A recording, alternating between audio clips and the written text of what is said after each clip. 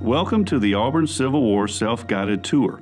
This tour will take you on the traditional Memorial Day circuit that hundreds of Auburn students and residents once walked in commemoration of those who gave their lives in the American Civil War.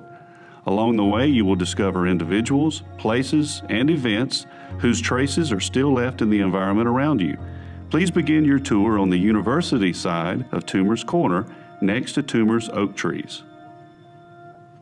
By April 1865, the American Civil War was finally drawing to a close when thousands of Brigadier General James Wilson's Union raiders swept past this spot on the way from Montgomery to Columbus, Georgia. Over the past 4 years, war had reduced parts of the South to smoke and ashes, while the families of up to 750,000 soldiers mourned the loss of their fathers and brothers. The Southern economy, built upon the institution of slavery, was now in shambles as Union soldiers liberated African American slaves throughout the Confederacy, including those in Auburn. Unlike previous wars, this war was so violent, bloody, and traumatic that it wreaked devastation on even the tiniest hamlets and crossroads of America. Auburn was one such crossroad, and the war extracted a terrible toll from its residents. With the local economy in shambles, and many young men either dead or unable to make it home, Auburn teetered on the brink of oblivion. Yet it was not always so.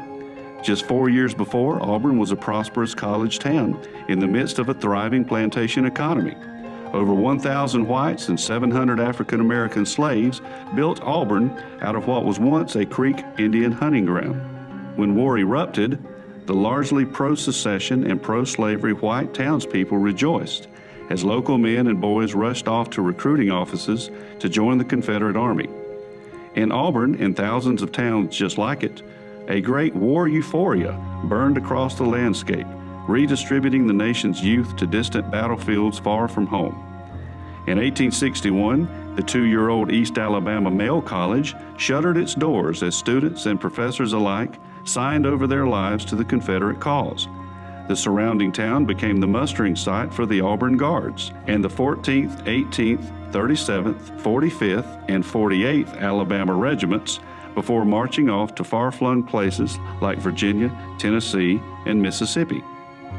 Over the next 3 years, local mothers and wives mourned the loss of their husbands and sons with ever-increasing frequency.